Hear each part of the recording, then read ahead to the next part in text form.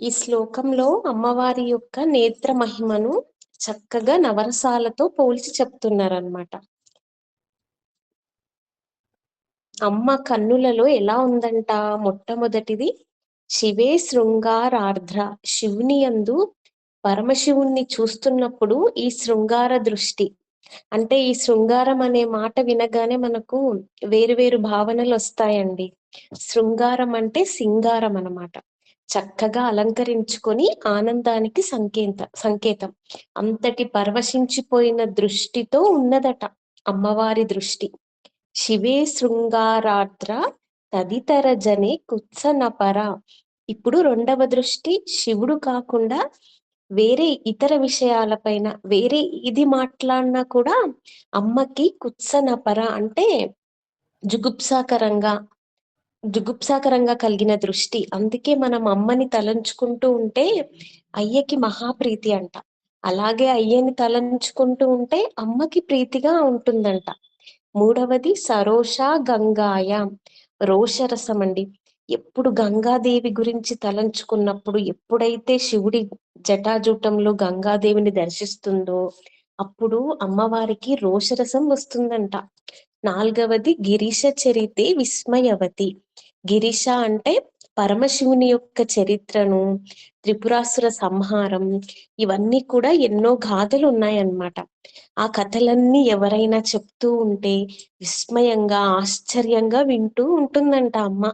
అందుకని ఎప్పుడైనా మంచి సత్సంగాలు కథలు వింటూ ఉన్నా మనకేదో తెలుసు అనుకోకుండా ఎప్పుడు చక్కగా కొత్తగా ఫ్రెష్ గా వింటున్నాం అనే భావనతో వింటే నేర్చుకుంటాం మనం కూడా. ఎప్పుడు లెర్నింగ్ కొనసాగుతూనే ఉండాలండి. నేర్చుకోవటం ఎప్పుడు ఆపకూడదు. అది అమ్మవారు మనకిస్తున్న బోధ అన్నమాట. ఇది నాలుగవ రసం. అద్భుతంగా ఆశ్చర్యంగా వినాలి. పిల్లలు చూడండి, బొమ్మలు ఎన్ని ఇచ్చినా కూడా ఉల్లాసంగా ఉత్సాహంగా ఇవాళే కొత్తగా వచ్చినట్టుగా వాళ్ళ అనుభూతి చెందుతూ ఉంటారు. అలాగే మనం కూడా భగవత్ కథల పట్ల ఎప్పుడూ కూడా అద్భుతంగా ఆహా చాలా బాగుంది, ఇవాళ కొత్తగా వింటున్నట్టుగా వినాలన్నమాట. విస్మయంగా ఆశ్చర్యంగా. ఇది నాలుగవ రసం అండి. ఐదవ రసం ఏంటి? హరాహిభ్యో భీత అంటే హర అంటే శివుడు, అహి అంటే పాములు. ఆయన పరమశివుడికి ఎక్కడ చూసినా పాములే ఉంటాయండి. జటాజూటం మీద పాములు, కంఠంలో పాములు, భుజముల మీద పాములు, అన్ని ఆభరణాలుగా ధరిస్తారు. అవన్నీ చూసి అమ్మవారు భీతరసం చూపిస్తుందంట.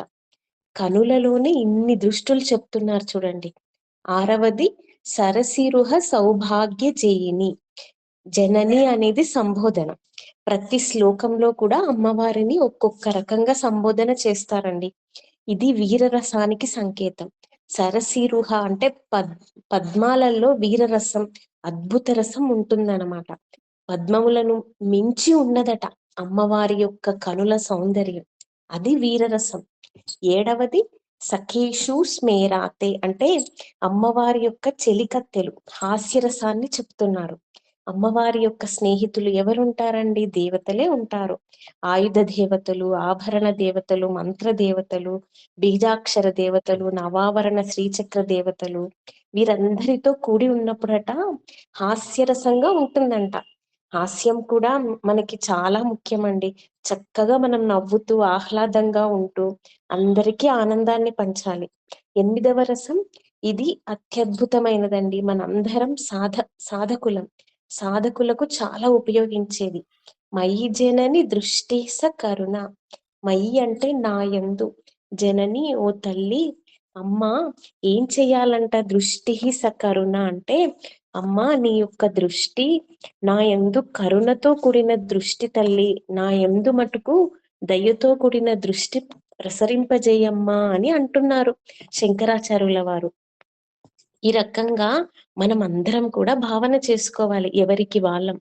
ఎందుకంటే మోక్ష మార్గానికి సాధన ఎవరిది వారిదే అండి.